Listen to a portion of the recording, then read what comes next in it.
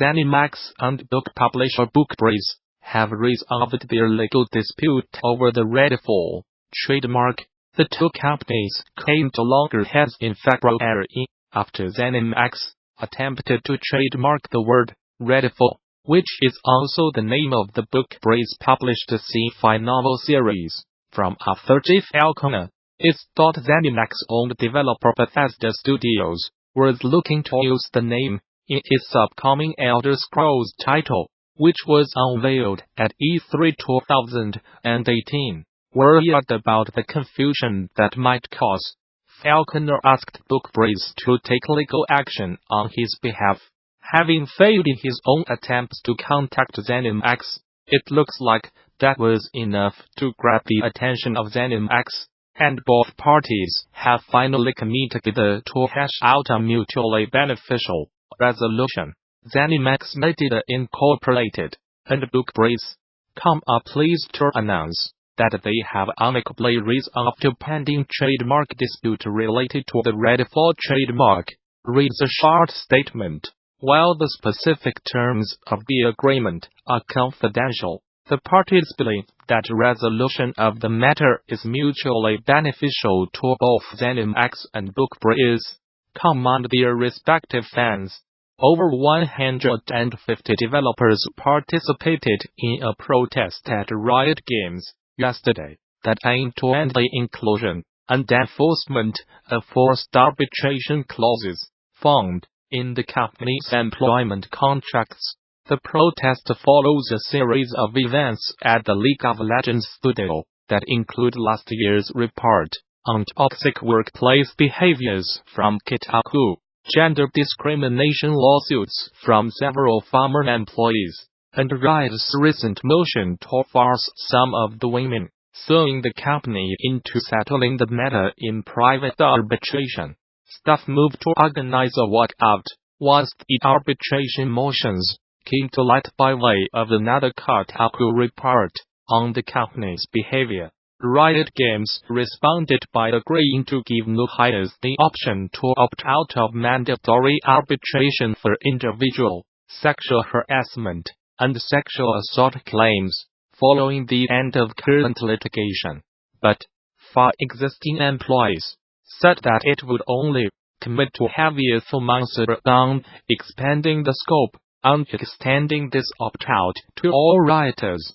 Kotaku reports that over 150 Riot Games employees participated in a walkout Monday afternoon, marking the first protest of this kind to fit a game development studio. "We are what makes Riot great," Jocelyn Monahan, a social listening strategist and participant in the walkout, told Kotaku. "I want us to feel solidarity and connection with each other. I want us to feel connected. I want us to feel like our voices are heard and heard in a way that matters."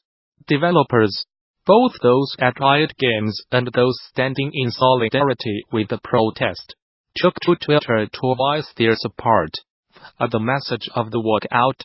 "Today myself and several of my co-workers are standing up for what is right, just, and fair in regards to forced arbitration and sexual harassment," tweeted Mocha Perlingo Garcia, Associate Program Manager at Riot Games. "It's 2019, and forcing anyone to sit in a room with a company person who did this and talk it out is unacceptable.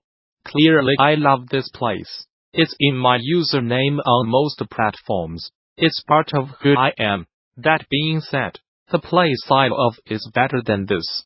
Riot and the people who work here are better than these stupid policies. I want it to get better, and show my support. Kirill talk out, using forced arbitration to handle sexual harassment and discrimination in the workplace prevents cultural change for a safer workplace," said Riot Associate Experience Designer Vivianetto Cosimo in a tweet.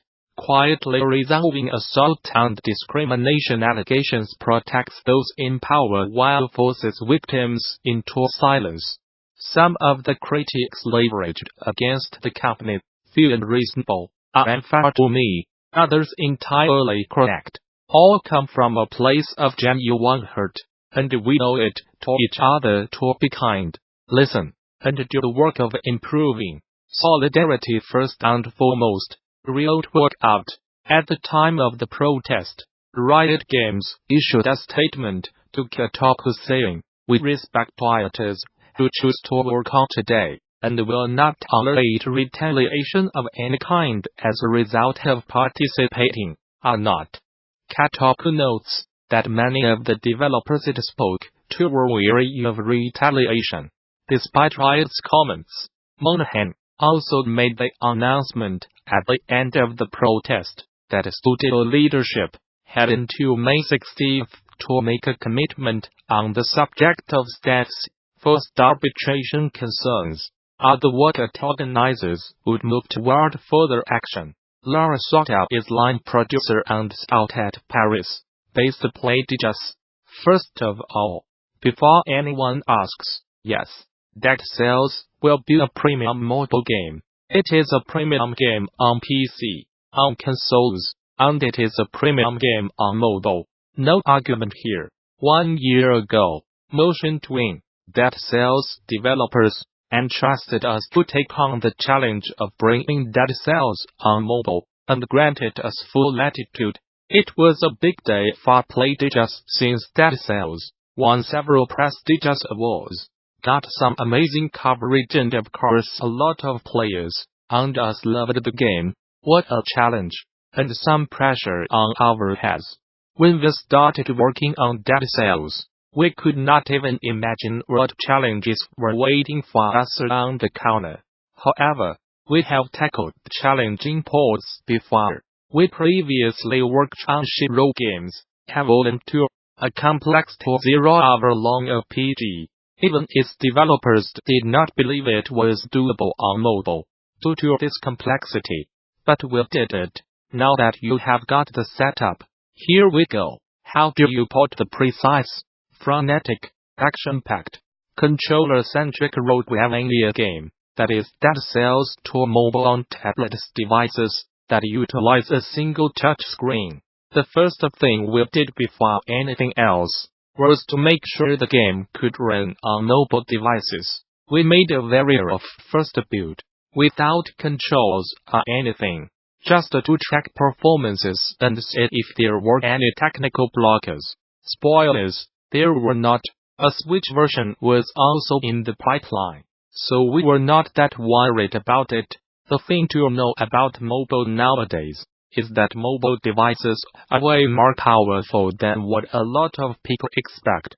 Obviously, there are some additional constraints on the technical side, such as the variety of devices to manage, specific texture optimization, RAM usage, not to mention various OS versions. We will not talk about the Android platform with strong PU disparity, etc.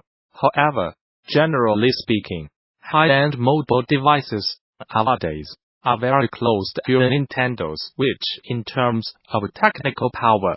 So, if you are planning a Switch version, please have a look at mobile and see if it would fit. It's an awesome platform with a huge reach, and there are already some awesome games on it. And, okay, I will stop here.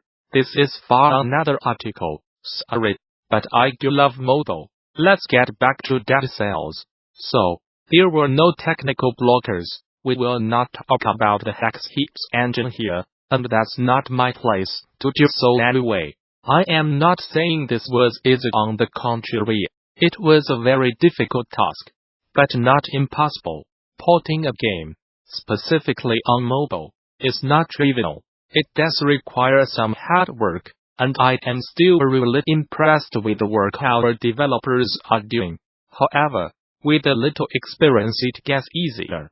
Unfortunately, Dead Cells will not be supported on old devices, but thanks to QA, we are confident that it can run smoothly on all supported devices. 1. Controller settings PC. 2. Keyboard settings PC. We know, and will always know, that a mobile port will never be the exact same experience as it was on the original platform, PC and console.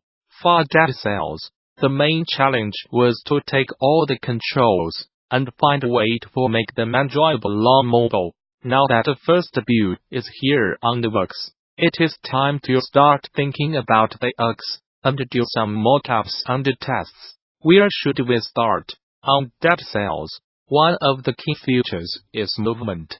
The player needs to move the character easily, run to the left, the right, crouch, and jump. This is a question we know well, thanks to our previous porting experiences.